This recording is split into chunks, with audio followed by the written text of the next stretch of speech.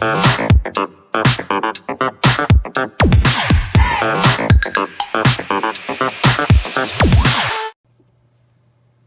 welcome back, comic book community. This is Travis Grant, your friendly neighborhood comic book nerd. And today we're taking a look at The Eternals #4, Night of the Demons.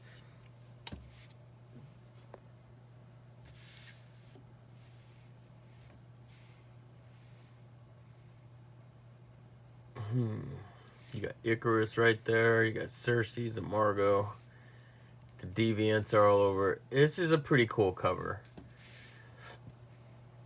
It's pretty rad.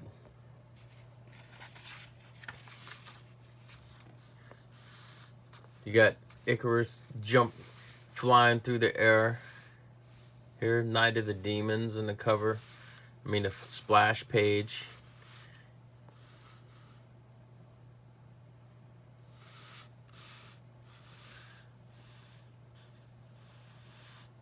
Jack Kirby and what year was this made? That's a good thing. 1976. All right. And Jack Kirby's doing it again. I'm seeing a thing here. All these Eternal books. You got a splash page, and you open it up, and you get this wonderful double spread page. And hopefully it continues through all the series, man. This is neat. You get your monster, your deviant guy. He's holding his gun. His space rays, they're shooting at him. There's another guy. Just perspective. He's like, there's Eternal. Go get Crow and let him know what we need to do. Even you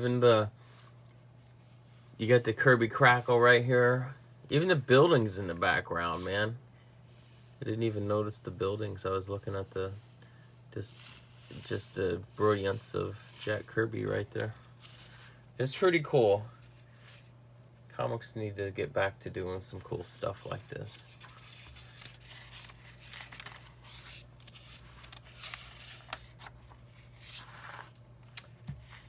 He shoots some of his eye beams. Gets, but they're not giving up. They shoot this new gun. He said it must stop them, but it blink them out. And it cracks them right in the forehead. It's kind of crazy.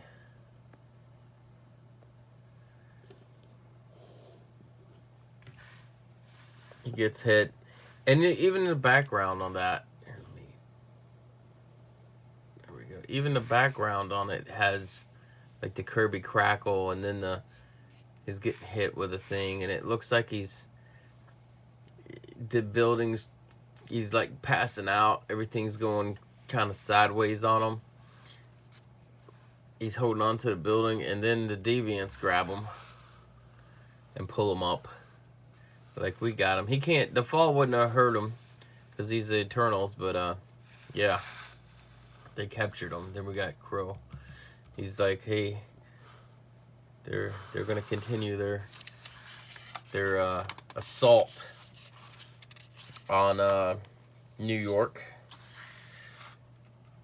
Another good big panel. A new deviant monster guy with wings, and they're taking Icarus off.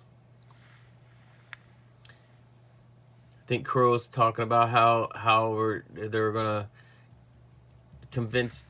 They're scaring the humans to make them think they're like the devil's coming back, and because they came from space, and so they're trying to make the humans think they're evil spacemen, and we're going to try to get the humans to attack the Celestials with the Deviants. We're going to use the Deviants are going to try to trick the humans in attacking. So they're going to have to,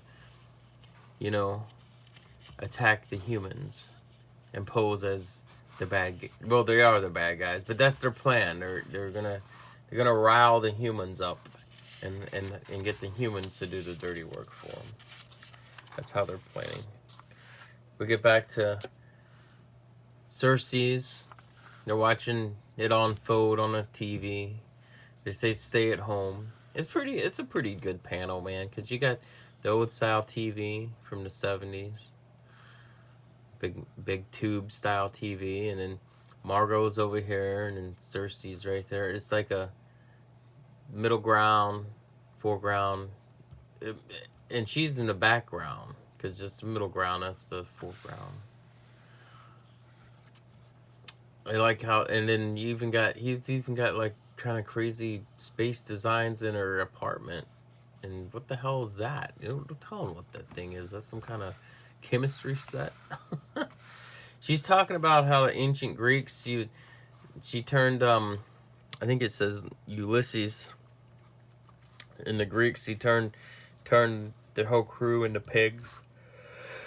Sorry, I'm tired. And she's even showing Merlin tricks. Magic tricks, you know. She was even showing Merlin tricks. It just shows how long the Eternals have been around and trying to build more lore to them.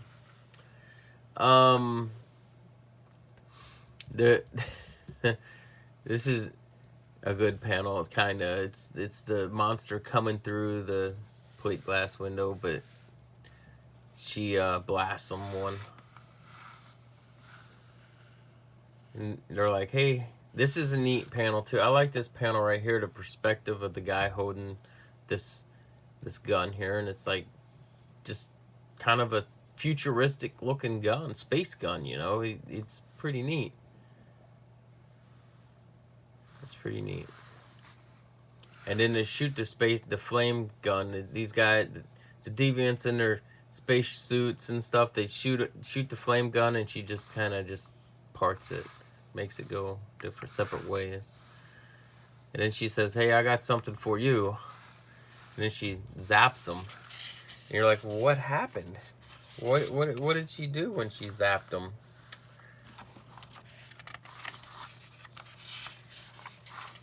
Jeez Louise, look at all them ad pages back to back. Ad pages, a lot of ads in there. She turned them into, just like she did, she turned these deviants into lizards.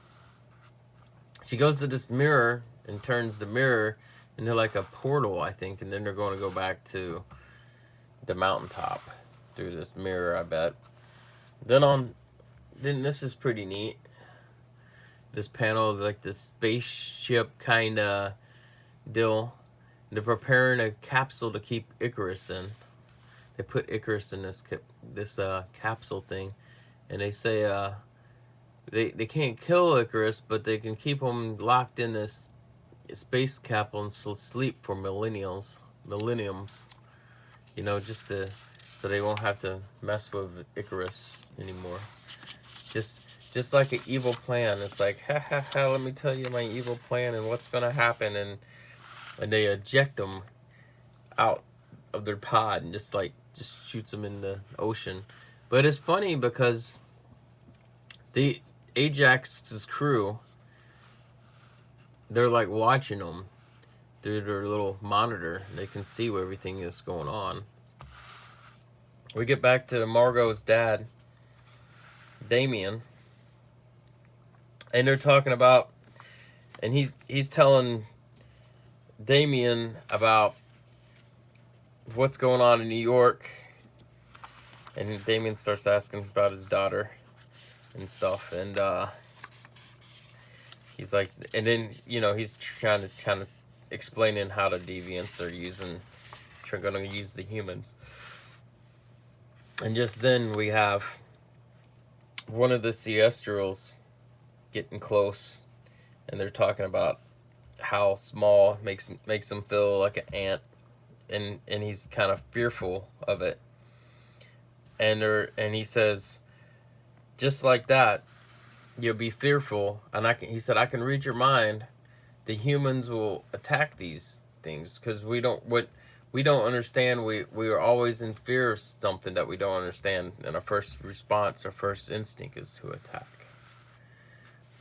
And then we get a nice big siestral picture, siestral drawing of the big guy standing on the podium next to Olympia. I guess they're going to go to Olympia Mountain next and meet some different Eternals. But this one, Jack Kirby did not... I like this one better than the last issue. This one had more action to it. It had more of that Jack Kirby big drawings. And I know the last issue introduced Circe, but this issue kind of... It just flowed better, you know? It just flowed better for me when I was reading it. It's a more funner issue to read. All right. Thanks for watching. Love you. Bye.